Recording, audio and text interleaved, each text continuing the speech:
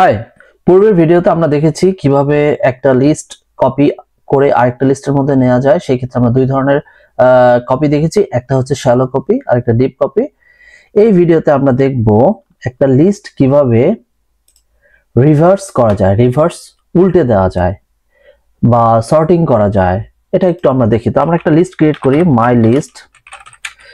আমরা এখানে কিছু এলোমেলো নাম্বার দিই, 10, 11, 2, 3, 7, 100, আরো কিছু নাম্বার দিই যা ইচ্ছে। আচ্ছা, আমরা কিছু নাম্বার দিলাম। এখন আমরা চাচ্ছি এইটাকে উল্টে দেব, 32 চলে আসবে শুরুতে, এই 89 চলে আসবে তারপরে, এভাবে করে আমরা দেখি উল্টা দিই। তো আমরা আগে একটু এটাকে অরিজিনালটা প্রিন্ট করি, মাই লিস্ট। এখন যদি আমরা কোন একটা লিস্টকে উল্টায় দিতে চাই তাহলে আমাকে লিখতে হবে মাই লিস্ট ডট রিভার্স। এই ফাংশনটা লিখতে হবে, রিভার্স। তারপর এটাকে যদি আমরা এখন প্রিন্ট করি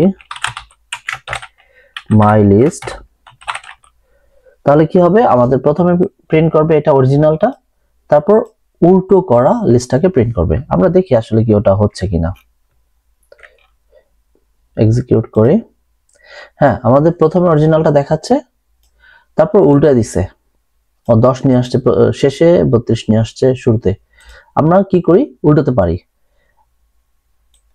আমাদের মাঝে মাঝে এই জিনিসগুলো দরকার হবে, যে একটা লিস্টকে উল্টানো লাগবে বা আরো অনেক কিছু দরকার হবে। এবার আমরা দেখি, আমরা চাচ্ছি এটাকে সর্ট করতে। সর্ট হচ্ছে সাজাবে, ছোট থেকে বড় সাজাবে অথবা বড় থেকে ছোট সাজাবে। দেখি এটা কিভাবে করা যায়।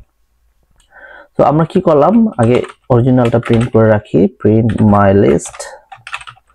তারপর আমরা কি করলাম, মাই লিস্ট, এখানে সর্ট, এই কথাটা লিখতে হয়। তাহলেও কি করবে, যদি আমি কিছু না লিখি, শুধু সর্ট লিখি, তাহলেও অ্যাসেন্ডিং অর্ডারে সাজাবে। অ্যাসেন্ডিং, এটা হচ্ছে ছোট থেকে বড়, অ্যাসেন্ডিং অর্ডার। এবার আমরা প্রিন্ট করে দেখি ও আসলে কি অ্যাসেন্ডিং অর্ডারে সাজাচ্ছে কিনা। Print my list.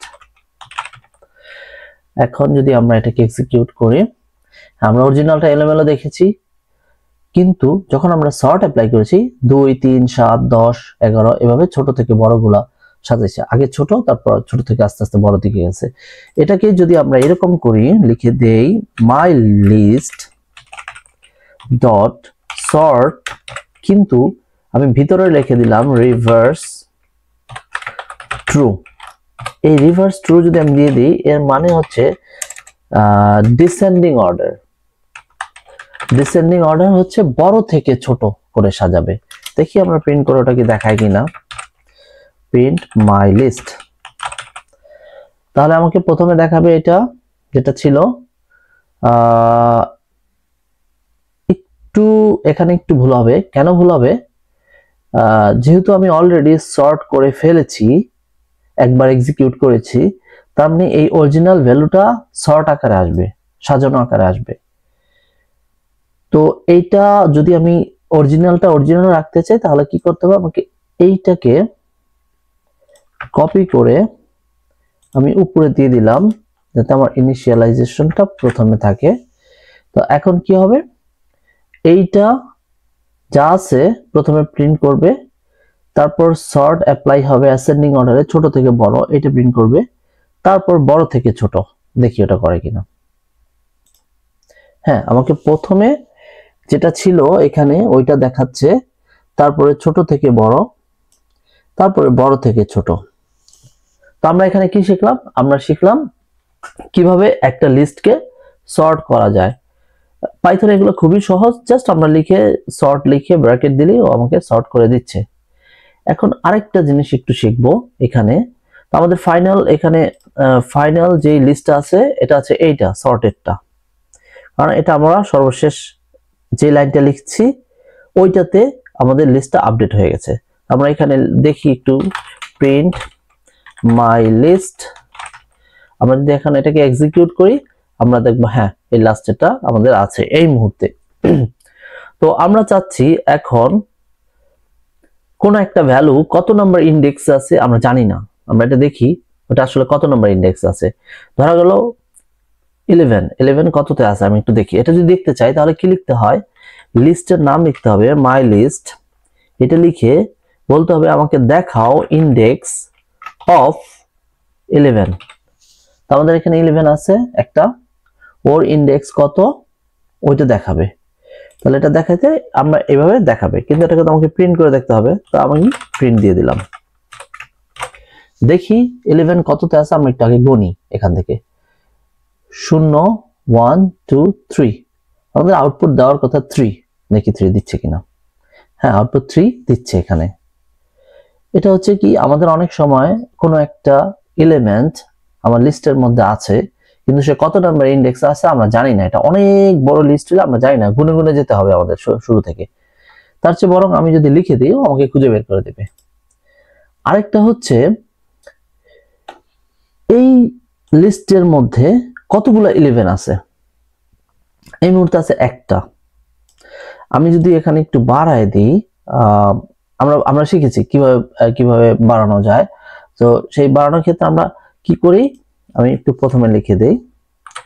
আমরা কোন একটা লিস্টের, আমরা না আরেকটা নতুন সেল খুলি, একটা লিস্টের মধ্যে যদি কোনো একটা ভ্যালু নিতে চাই, মাই লিস্ট ডট অ্যাপেন্ড, আমি এখানে আরেকটা 11 দিয়ে দিলাম। এবার প্রিন্ট করি, প্রিন্ট করলে মাই লিস্ট, আমি যদি এক্সিকিউট করি আমরা দেখতেছি হ্যাঁ 11 এখন 2টা আছে এখানে। এখন আমি আরেকটা সেল খুলে আমি জানতে চাচ্ছি কোন একটা লিস্টের মধ্যে কতগুলো 11 আছে। সেক্ষেত্রে আমাকে কি করতে হবে, মাই লিস্ট ডট কাউন্ট, গণনা করা, কাউন্ট হচ্ছে গণনা করা।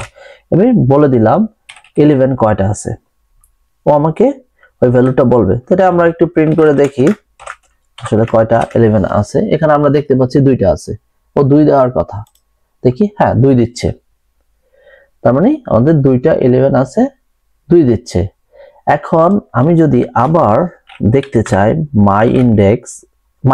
মাই লিস্ট ডট ইন্ডেক্স 11, আমরা তো এখানে দেখেছিলাম যে একটা 11 আছে, ও একটা 11 এর 3 ইন্ডেক্স আছে, 3 দেখাচ্ছে।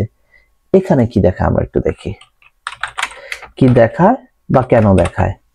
আমাদের প্রথমে হচ্ছে 11 2টা আছে, কাউন্ট করছে 2, কিন্তু 11 2টা কোথায় কোথায় আছে, 0 1 2 3, একটা আছে 3 তে, 3 4 5 6 7 8, আরেকটা আছে 8 এ। এবার আমাদের মাই ইন্ডেক্স কি দেখায় আমরা একটু দেখি এখানে। হ্যাঁ, আমরা দেখতেছি প্রথমে দেখাচ্ছে 2, কারণ 2টা 11 আছে। দ্বিতীয়তে দেখাচ্ছে 3, মাই ইন্ডেক্স ও কি করে, ও শুরু থেকে যাবে, প্রথমে যেটা পাবে ওইটার ইন্ডেক্সটা আমাদেরকে দিয়ে দিবে। হ্যাঁ, 0 1 2 3 নাম্বার আছে, ও তৃতীয় নাম্বার ইন্ডেক্সটা আমাদেরকে দিয়ে দিচ্ছে। সো আমরা এই ভিডিওতে শিখলাম কিভাবে একটা লিস্টকে আমরা সর্ট করতে পারি, রিভার্স করতে পারি, অ্যাসেন্ডিং সর্ট, ডিসেন্ডিং সর্ট, কিভাবে সেটা ইন্ডেক্স খুঁজে বের করতে পারি কোন একটা এলিমেন্টের, অথবা আমরা কতগুলো ওই এলিমেন্ট কতগুলো আছে সেগুলো গুণে বের করতে পারি। সো এই ভিডিওটা এই পর্যন্তই, দেখা হবে পরবর্তী